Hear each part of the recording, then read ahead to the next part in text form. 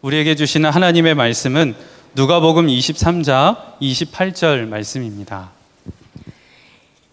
예수께서 돌이켜 그들을 향하여 이르시되 예루살렘의 딸들아 나를 위하여 울지 말고 너희와 너희 자녀를 위하여 울라. 매년 5월이면 가정부흥회로 지킵니다. 가정을 주제로 설교를 합니다. 올해도 똑같이 5월 한 달 동안 가정을 주제로 말씀을 나누려고 합니다. 오늘은 어린이 주일이라 부모가 자녀를 향하여 어떻게 해야 하는지에 대하여 하나님이 주신 마음을 여러분과 같이 나누려고 합니다. 지난 주간에 젊은이 교회에서는 부모님을 위한 특별 새벽 기도회가 열렸습니다. 전에는 부모가 자녀들을 위해서 기도를 했었는데 요즘에는 자녀들이 부모를 위해서 기도하는 때가 됐습니다. 여러분, 자녀들이 부모를 위해서 무슨 기도를 할까요? 궁금하시죠? 도대체 그 애들이 부모를 위해서 기도한다면 무슨 기도를 할까? 어느 젊은 엄마가 아들을 낳고 이 아들을 참 믿음으로 기르고 싶었습니다. 그래서 갓난 아기 때부터 밤에 재울 때 꼭 손을 잡고 기도를 해주었습니다. 건강하게, 그리고 튼튼하게, 지혜롭게 잘 자라도록. 유치원 들어갈 때쯤부터 이제 기도가 달라졌는데 엄마 말 잘 듣게 해달라고 밤에 잘 때마다 손잡고 기도를 해주었습니다. 어느 날 유치원 갔다 온 아들이 오늘 밤에는 자기가 기도하겠다는 거예요. 너무 기특해서 그래요, 오늘은 너가 기도해라. 엄마 손을 꽉 잡고 기도했습니다. 하나님, 엄마가 내 말 좀 잘 듣게 해주세요. 자녀들도 할 말이 많습니다. 네. 여러분, 대부분의 부모들이 자녀를 기를 때 너무 문제가 심각해지고 난 다음에서야 뭐가 잘못됐다는 것을 깨닫는 일을 반복합니다. 너무 늦게 깨닫는 거예요. 문제가 생겼다는 사실을. 그때마다 늘 하는 이야기가 잘 길러보려고 나 나름대로 애를 썼어요. 나도 기도도 했다고요. 그런데 자녀는 많이 빗나가 있습니다. 자녀와의 관계는 너무 힘들어져 있습니다. 그렇다면 물어봐야 됩니다. 자기 자신에게. 그동안 나름대로 최선을 다했고 기도도 했었지만 눈물이 있었냐 하는 겁니다. 눈물이 있었는지를 한번 확인해 봐야 됩니다. 오늘 본문에서 예수님께서 우리를 위해서 십자가 지실 때 그 골고다까지 올라가는 도중에 여러 번 쓰러지셨습니다. 예수님이 쓰러질 때마다 예수님을 따르던 여인들이 통곡을 합니다. 예수님께서 자기를 위해서 우는 여인들을 돌아보면서 말씀하셨어요. 예루살렘의 딸들아, 나를 위하여 울지 말고 너희와 너희 자녀를 위해 울라. 저는 이 말씀이 꼭 지금 현재 부모인 우리들에게 주시는 주님의 말씀 같습니다. 그만큼 울 일이 있다는 거죠. 지금 우리는 정말 울 일이 있습니다. 첫 번째는 우리 자녀들이 살아갈 세상이 너무 악합니다. 누가복음 19장에 보면 예수님께서 예루살렘을 위해서 우셨습니다. 예수님이 예루살렘을 위해서 우신 것은 예루살렘이 이제 당할 큰 어려움을 예수님이 내다보셨기 때문입니다. 유대인들은 로마 지배를 받았는데 끊임없이 로마 제국에 대해서 항거했습니다. 로마 황제가 티투스라는 장군을 주 70년에 이 이스라엘을 완전히 멸망시키기 위해서 보냅니다. 그리고 예루살렘 성이 함락이 되고 성전이 불타고 진짜 돌 위에 돌 하나 남지 않았을 정도로 그렇게 예루살렘은 완전히 무너집니다. 그 당시 때 어린 아기는 로마 군인들이 집어서 땅바닥에 내동댕이 쳐서 죽이고, 그리고 여인들은 군인들이 강간을 하고 남자들은 학살해버리는, 도무지 그 땅에서는 유대인들이 살 수가 없도록 그렇게 만들어버렸습니다. 그때부터 유대인들은 나라가 없습니다. 1948년 이스라엘이 다시 건립되기 전에 유대인들은 나라가 없었어요. 완전히 멸망했습니다. 예수님은 당신도 십자가의 그 큰 고통 속에 있었지만 그 여인들과 그 여인들의 자녀들이 이제 겪어야 될 어려움을 내다보시면서 너희들을 위해서 울으라, 그렇게 말씀하셨던 겁니다. 근데 여러분, 이 말씀이 꼭 지금 현재 우리 자녀들에게 해당되는 것 같습니다. 여러분, 우리 자녀들이 앞으로 살아갈 세상은 어떤 세상일 것 같습니까? 틀림없이 지금까지 우리가 살아왔던 세상보다 훨씬 더 악하고 어려운 세상이 될 것입니다. 인류와 도덕의 기준이 형편없이 낮아지고 하나님의 말씀을 대적하는 것이 이제는 일반화되어 버린, 영적으로는 대단히 심각한 세상이 우리 자녀들이 살아갈 세상이 됩니다. 그 사실을 알고 나면 정말 눈물로 기도가 되죠. 우리 아이들이 이 세상을 어떻게 살아갈까? 어느 목사님이 월남 파병을 다녀오셨는데 그분이 처음 월남에 파병되실 때 그때는 배를 타고 태평양을 건너서 월남까지 갔었습니다. 어느 날 배전에서 한없이 펼쳐지는 태평양 바다를 보고 있는데 깨달아지는 것이 사람이 수영을 잘하고 못하는 게 아무 의미가 없구나, 그게 깨달아지더래요. 이 태평양 바다에 빠지고 나면 수영 잘하고 못하고가 무슨 소용이 있겠냐는, 그때 이 목사님의 마음에 눈이 열렸다는 거예요. 인생의 바다는 태평양보다 훨씬 크고 깊습니다. 인생의 바다를 헤쳐나가야 되는데 사람의 능력이 있고 없고가 무슨 의미가 있냐는, 인물이 잘생겼고 못생겼고 더 많이 배웠고 못 배웠고가 무슨 의미가 있냐.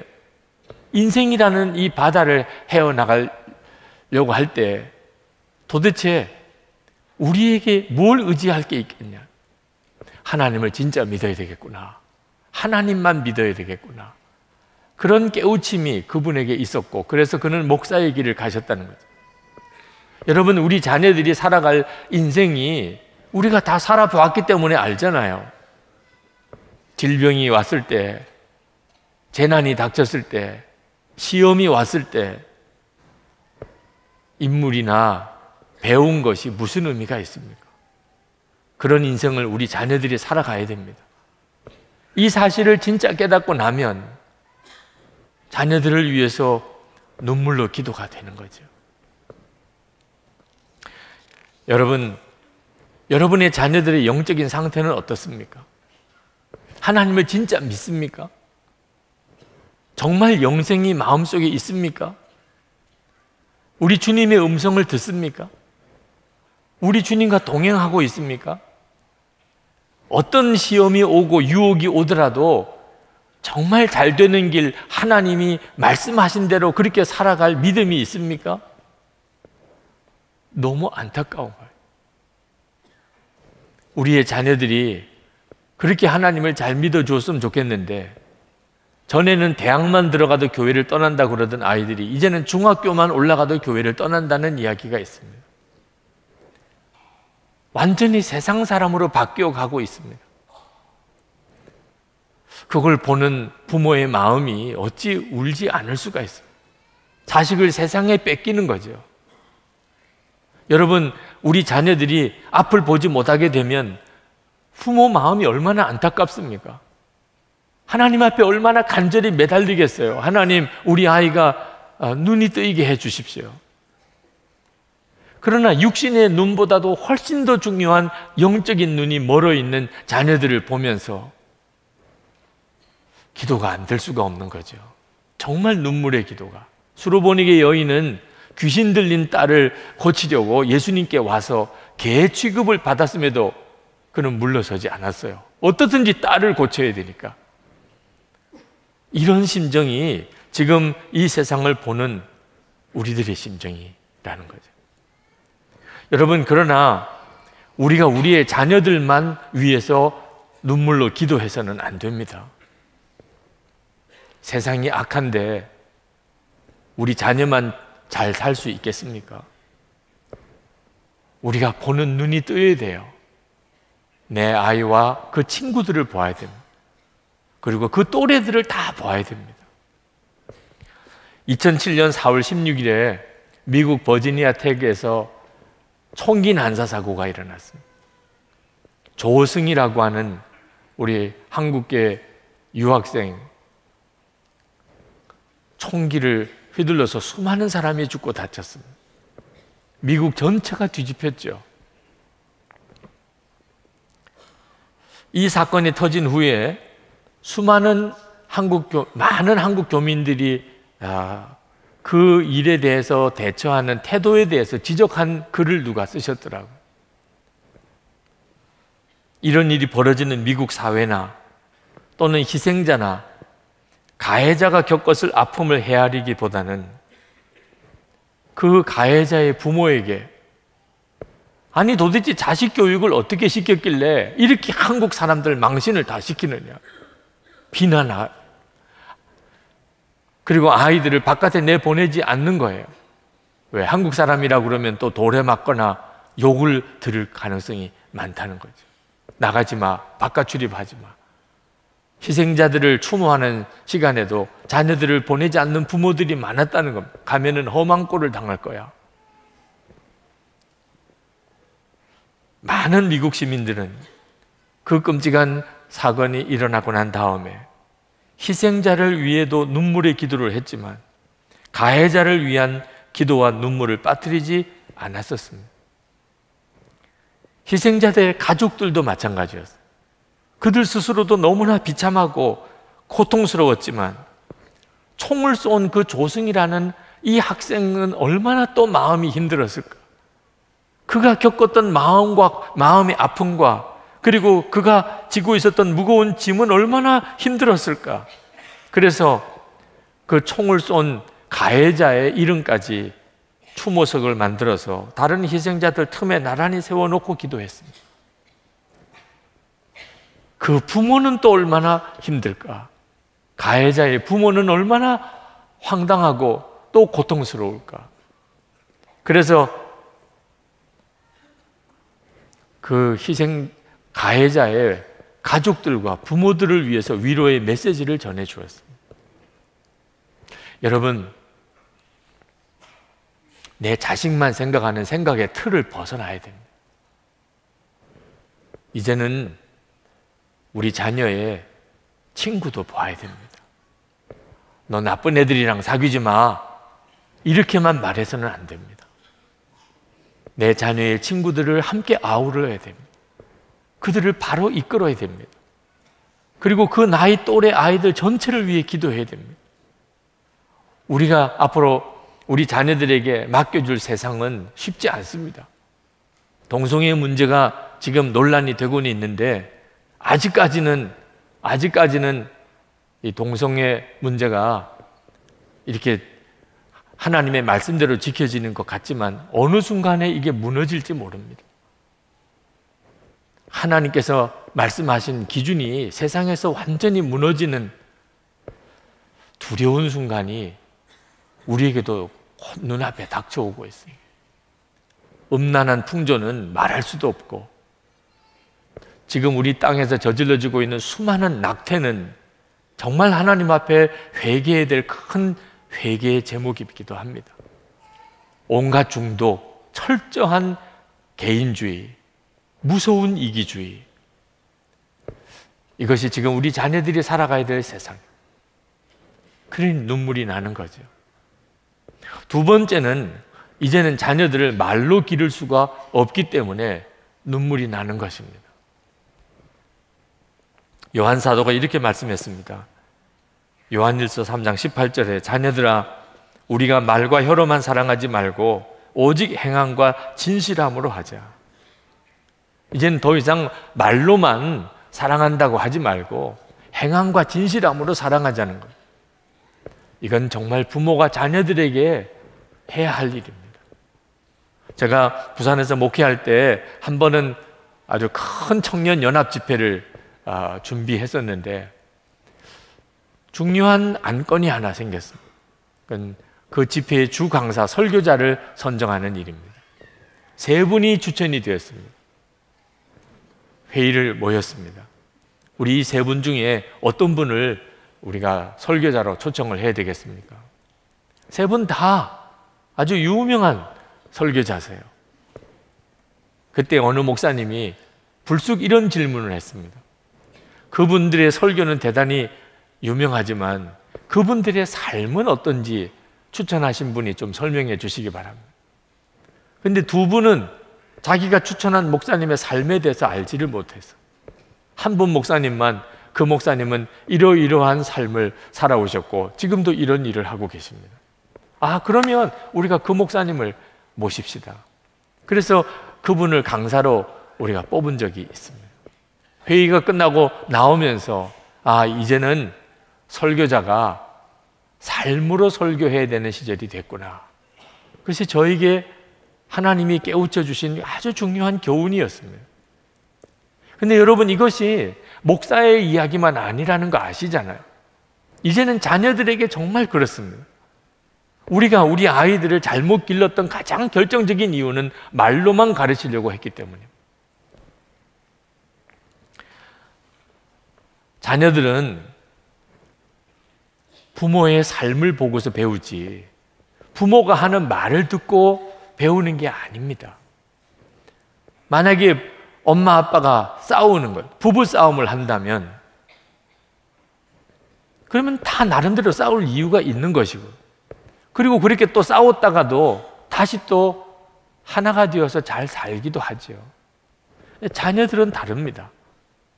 엄마 아빠가 싸웠다는 것 자체가 자녀들에게는 깊은 마음의 두려움이 되고 그 분노가 되고 마음의 상처가 되어 남습니다.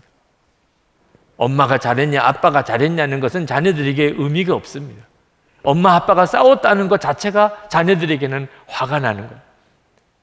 그리고 그것을 어떻게 표현할 수가 없게 될 때는 자녀들의 삶에 심각한 질병이 됩니다. 그래서 자녀들의 성격이 비뚤어지고 폭력적이게 되고 쉽게 죄에 빠지고 거칠어지고 그리고 무절제하게 되는 겁니다. 부부 싸움 하는 것을 보았기 때문에. 저는 어릴 때 저희 아버님 어머님이 크게 다투시는 것을 별로 본 적이 없습니다. 제 기억에는 없습니다. 그러나 다투지 않으신 건 아니었어요. 항상 돈 문제였습니다. 어려운 목회자의 가정 살림에 4남매를 기르셔야 되니까 어머니에게 있어서는 항상 돈 문제가 늘 힘드셨던 것 같습니다.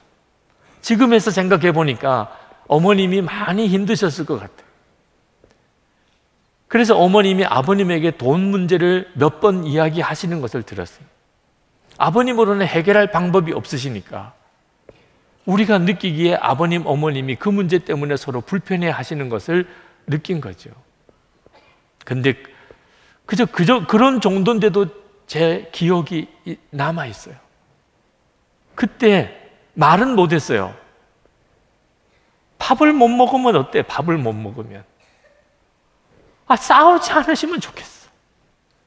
우리 다 굶어도 좋아. 제발 엄마 아빠가 싸우지만 않으면 좋겠어. 어릴 때 제 마음속에 생각이에요. 그리고 지금은 목사가 되었지만 오랫도록 제 마음 안에서 해결되지 못했던 문제가 이 돈에 대한 문제였어요. 하도 어릴 때 엄마 아빠의 그 돈 문제로 싸우는 것이 마음이 아팠기 때문에.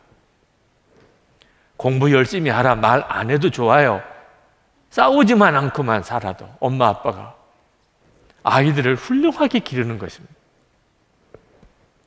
아이들은 엄마 아빠가 뭘 잘못할 때 바람직하지 못한 행동과 말을 할 때 자녀들은 심각한 수치심을 느껴요. 우리 엄마 아빠가 그랬다는 것 때문에. 아이들이 다 봅니다. 거짓말하는 것도 보고 함부로 행동하는 것, 함부로 말하는 것, 화를 내고 소리 지르는 것 아이들이 다 봅니다. 그 어린 아이들의 마음속에 엄마 아빠가 바람직하지 못한 말과 행동을 할 때 극심한 분노가 생깁니다. 자녀들을 화내게 하지 마라. 우리가 그렇게 살아요. 그래서 자녀들은 엄마 아빠가 야단을 치면 불만이 먼저 드러납니다. 왜냐하면 엄마 아빠도 싸웠잖아. 그런데 왜 우리 보고는 싸우지 말라고 그래? 엄마 아빠는 텔레비 보면서 왜 우리 보고는 공부하라고 그래? 엄마 아빠는 거짓말 했잖아. 내가 다 아는데. 그런데 왜 거짓말 했다고 야단쳐?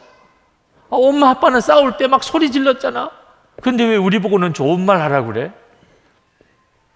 말은 못해도 아이들 속에 생각이 계속 돕니다. 그러니까 뭘 야단을 치면 아이들이 잘못했다고 금방 잘못 인정하지 않고 화를 내는 거예요. 얼굴에 벌써 불만이 드러납니다. 그때 부모는 더 화가 나죠. 잘못했다고 야단치는데 아니 얼굴이 왜 그 모양이냐. 말은 안 하지만 엄마 아빠도 그렇게 살았잖아요. 그러다가 사춘기가 되면 갑자기 폭발합니다. 그때 부모는 깜짝 놀라죠. 갑자기 아이가 타락한 것 같아요. 절대 그렇지 않습니다. 갑자기 아이가 타락한 게 아니에요. 사춘기 때 그 아이도 자기가 왜 그렇게 하는지 이해하지 못해요. 자기 자신을. 그냥 쌓였던 분노가 터진 거예요. 그러므로 여러분, 우리가 자녀를 양육할 때 말로 가르치는 게 쉬워 보여도 그게 가장 어려운 길이라는 걸 알아야 됩니다. 오히려 더 빗나가게 만드는 거예요. 제가 이 시간 여러분에게 만약에 다 자리에서 일어나십시오 이렇게 말한다면 아마 다 일어나실 거예요. 얼마나 간단해요. 말로 하면 이렇게 다 된다면. 부모님은 항상 그렇게 착각을 하는 겁니다. 말로 다 되면 얼마나 좋아요. 이제는 그렇지 않습니다.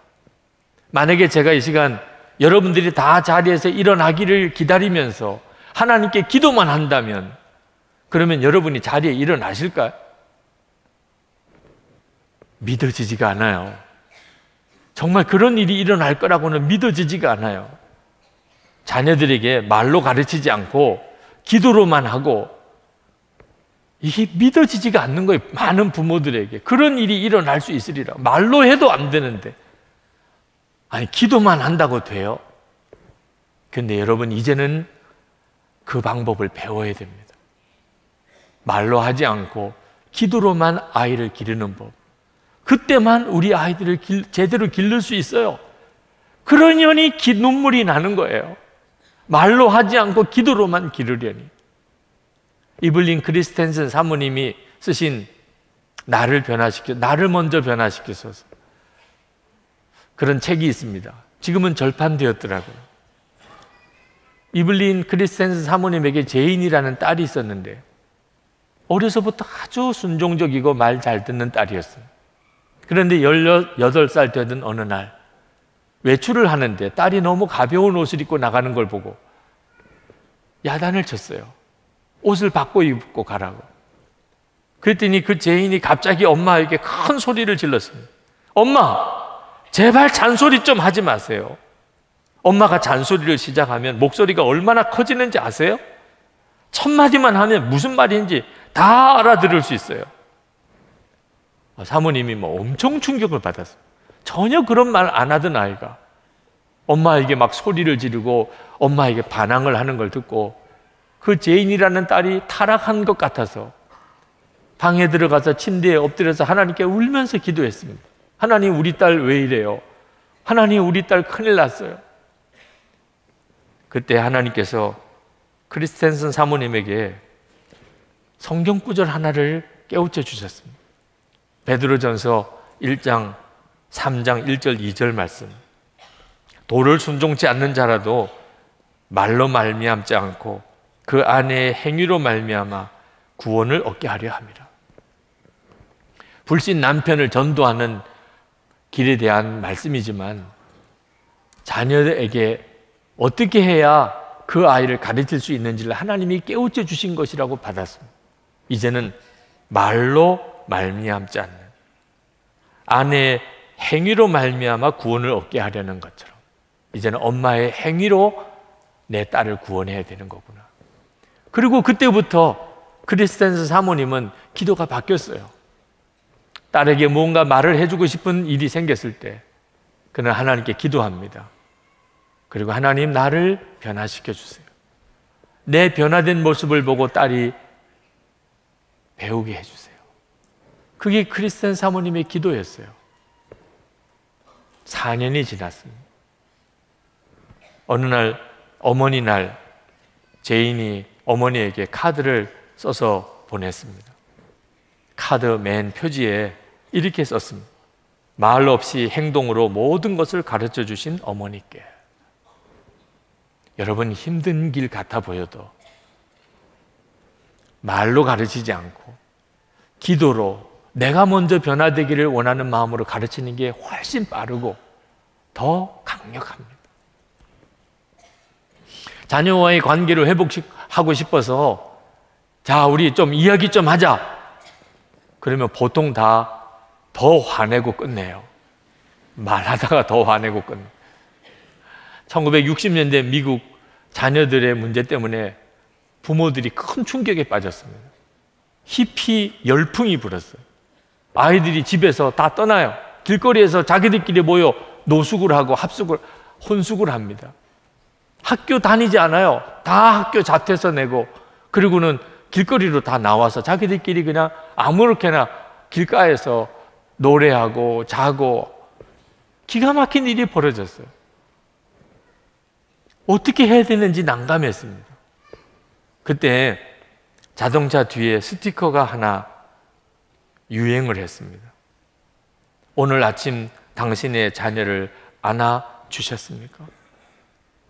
이제는 말로 하지 맙시다. 아이들에게 이래라 저래라 하지 맙시다. 그냥 아침에 한번 안아줍시다. 그리고 얼마 안 가서 다 가정으로 학교로 돌아왔어요. 우리가 그렇게 해야 합니다. 이제는 정말 우리 자녀들에게 눈물로 기도하고 우리의 삶으로 가르치는 거죠. 세 번째는 자녀만 문제가 아니고 부모인 우리 자신의 문제가 심각하기 때문에 우리가 우는 것입니다. 주님은 너희와 너희 자녀를 위해 울라 하셨습니다. 울어야 될 대상이 먼저는 부모라는 것. 너희와 너희 자녀를 위해서 울라. 여러분, 우리는 부모인 우리 자신의 마음이 진정으로 자녀에게 복이 되는 그런 마음인지 우리 스스로 살펴야 됩니다. 창세기 49장에 보면 야곱이 12아들을 축복하는 장면이 나옵니다. 그런데 말이 축복이지 실제로 읽어보면 유다나 요셉과 같은 아들은 크게 복을 빌어줍니다. 그런데 르우벤이나 시므온이나 또는 레위 같은 아들에게는 저주예요, 저주. 한마디의 축복도 안 하고 저주만 퍼붓습니다. 야곱은 왜 그랬을까요?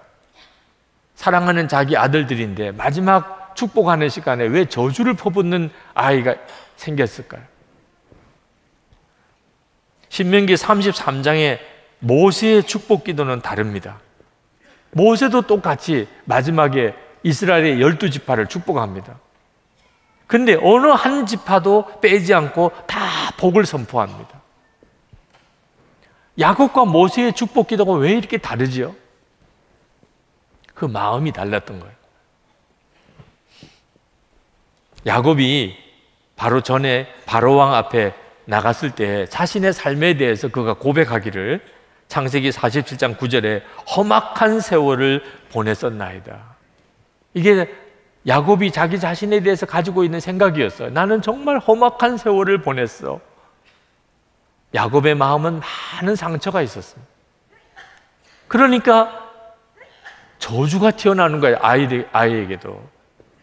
그런데 모세는 야곱과 비교할 수 없이 또 그도 험한 세월을 살았습니다. 그런데 모세는 마음이 달랐습니다.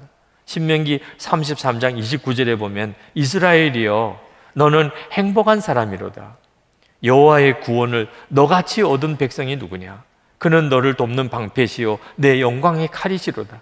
내 대적이 내게 복종하리니 내가 그들의 높은 곳을 밟으리로다. 모세는 알지요, 이스라엘 백성이 얼마나 불평불만이 많았던 족속인지. 그럼에도 불구하고 모세는 너희들은 행복한 자, 그렇게 느껴졌어요. 모세의 심령이 주의 은혜로 충만했었습니다. 그러니까 모세가 입을 열어 기도하니까 12지파가 다 복을 받는 기도를 하는 것입니다. 여러분, 여러분의 자녀에게 부모는 복을 빌어주는 자입니다. 여러분의 마음의 상태가 충만해야 복이 흘러가는 겁니다. 여러분의 마음이 병들어 있으면, 상처가 많으면, 그러면 부모가 자식에게 저주하는 거예요. 말로 계속 저주하는 거예요. 우리는 부모로부터 별로 물려받은 게 없다고들 한탄하지만 그런 경우는 없습니다. 돈만 유산이 아닙니다. 마음의 상처를 물려받는 안타까운 사람들이 많습니다. 부모로부터 마음의 상처를 물려받은 것. 그래서 우리가 이렇게 사는 겁니다. 우리가 우리 가족들에게, 자녀들에게 그래서 이렇게 행동하는 것입니다. 여러분, 우리가 부모로부터 받은 상처, 자녀들에게 그냥 물려주는 이렇게 살아야 되겠습니까? 비록 내가 상처를 물려받았다 하더라도 이제는 예수님 안에서 내 손에서 해결해야죠. 그리고 이제 우리 자녀들에게는 정말 복을 물려줘야죠. 저희 큰딸 지영이가 중학교 1학년 때 갑자기 아빠 나 다른 교회 가면 안 돼요? 그랬더라고요. 아니, 목사 딸이 다른 교회 가면 우리 교회 중고등부는 어떻게 하라고? 철도 없는 말을 한다고 처음에는 화가 났었지만, 아, 목사 딸이 되어서 너무 힘들었던 모양이구나. 내가 화를 낼 일이 아니지. 잘 들어서 달래줘야지. 그렇게 생각을 하고는 왜 그러냐? 뭐가 힘드냐? 그렇게 물었더니 말을 안 해요. 나중에는 나도 자꾸 소리가 커졌습니다. 말을 해야 아빠가 도와주잖아. 무조건 다른 교회 가면 안 되냐고 그렇게 말하면 어떻게 해? 그랬더니 울면서 하는 이야기가 아빠인 제가 무섭다는 거예요. 제가 무서워서 다른 교회에 갔으면 하는 생각을 한다는 겁니다. 깜짝 놀랐어요. 아니 도대체 왜 아빠가 그렇게 무서우냐? 6년 전 초등학교 1학년 때 저에게 매를 맞은 이야기를 하더라고요. 버릇을 가르쳐야 되겠다고 생각하고 마음에 작정을 하고 한번 매를 든 적이 있었는데, 문제는 그때 매를 들었을 때 제 얼굴 표정이 어땠는지는 저는 모르죠. 그러나 저희 딸은 알아요. 매를 들고 화를 내고 있는 아빠의 그 얼굴이 저희 딸 가슴에 확 박혔습니다. 그 다음부터는 저를 보면 매를 들고 화를 내는 얼굴로만 보이는 거예요. 6년 동안 여러분 마음의 상처는 저절로 치유되는 법이 없습니다. 계속 깊어지는 거예요. 결국은 하루라도 아빠가 없는 곳에서 좀 지내보고 싶을 정도로 그렇게 심각해진 거예요. 기가 막히더라고요. 도대체 어떻게 해야 될까? 결국은 중학교 1학년 된 딸 앞에 아빠가 무릎을 꿇었어요. 용서해달라고 그랬어요. 아니 아빠가 뭘 용서해달라고 그러냐고 펄쩍펄쩍 뛰었지만, 그러나 지영아, 아빠 마음속에서만 화가 있었던 게 아니고 어린 내 마음에도 화가 있었던 걸 아빠가 몰랐다. 내 마음을 달래줘야 되고 풀어줘야 된다는 것도 아빠가 몰랐었다. 아빠가 잘못한 게 분명히 많다. 너가 나에게 용서해 준다고 말해야, 그래야 내 마음도 풀리겠고 아빠 마음도 풀릴 수 있겠다. 그랬더니 아무 말을 하지 않고 가만히 있더라고요. 한 5분 정도쯤 그렇게 있더니 닭똥 같은 눈물을 뚝뚝뚝 흘리면서 제 목을 끌어안아요. 그리고는 아빠 용서할게요. 그리고는 한참을 같이 울었습니다. 감사하게도 그렇게 딸의 마음이 열렸어요. 제가 그 일을 겪으면서 저 자신이 기가 막히더라고요. 왜 내가 그럴까? 왜 내가 사랑하는 아내에게, 딸에게 이렇게 상처만 주는 자일까? 제 어린 시절이 깨달아졌어요. 제가 어릴 때 받았던 영적인 질병이 제게 있다는 걸 알았습니다. 목사의 아들이라는 것 때문에 저는 모든 것을 누르고 살았어요.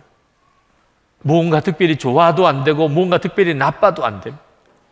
항상 다른 사람들 앞에 모범적으로 살아야 돼요. 말 잘 듣는 학생이어야 돼요. 반찬 하나도 맛있는 반찬, 맛없는 반찬이 없어야 돼요. 밥을 하나 먹어도 적게 먹었다 많이 먹었다가 없어야 돼요. 그냥 주는 대로 다 먹어야 돼요. 저에게 있어서는 좋고 싫은 것 자체가 죄였어요. 항상 동생들에게 어머니, 아버님이 말씀하셨어요. 형 좀 본받아라, 형 좀 본받아. 그건 저를 옥죄는 것이었어요. 항상 동생들에게 모범이 되게 행동하고 말하고 살아야 됐어요. 제가 어린 시절 한복을 입고 학교도 다니기 전에 그 사진 찍은 게 하나 제 책상에 있습니다. 사진 찍는 그 기사님이 계속 웃으라고 하더라고요. 그래서 활짝 웃었습니다. 오만상을 찌그리고 있는 사진이 찍혀 나왔어요. 지금도 가지고 있어요. 이게 나의 어릴 때 내 모습이었지. 저는 감정을 표현하는 것 자체가 두려웠어요. 그러면 안 된다고 생각했어요. 그것이 지금 가족들에게 그렇게 힘들게 하네요. 그래서 저는 나는 죽고 예수로 사는 십자가 복음이 너무 좋은 거예요. 나는 죽었다. 예수님으로 사는 게 얼마나 놀라운 복음인지. 나이가 이만큼쯤 되면 이제는 부모 노릇하는 것도 이제 잘 할 수 있게 되지 않을까. 그렇지 않더라고요. 나이가 들면 들수록 더 부모 역할을 하기가 쉽지 않습니다. 저희 장모님 외아들인 처남이 이제 결혼할 때가 되어서 어느 날 40일 금식 기도를 하시더라고요. 좋은 며느리 보게 해달라고 기도하시나 그랬더니 아니었어요. 하나님 앞에 내가 좋은 시어머니가 되게 해달라고 40일 금식 기도를 하시는 거예요. 여러분, 그래서 주님은 우리에게 울으라고 하신 거예요. 우리가 우리의 자녀를 잘 기르고 싶지만 그러나 우리 마음대로 안 되는 이유는 우리가 흘려야 될 눈물이 흘려지지 않았기 때문에. 오늘 이 시간에 우리가 성찬을 합니다. 성찬은 주님과 우리가 온전히 연합하는 참으로 놀라운 은혜의 회복의 시간입니다. 가정을 위해서 너무 중요합니다. 우리가 예수님과 연합하는 것은. 우리 자녀들을 위해서 말할 수 없이 중요합니다. 부모가 예수님과 온전히 연합한 자가 되는. 그래서 예수님이 나를 통해서 우리 자녀를 기를 수 있게 되는. 오늘 그 은혜가 여러분에게 있기를 축복합니다. 이제 우리 간절한 마음으로 통성으로 기도하고 성찬을 받겠습니다. 다 같이 기도하시겠습니다.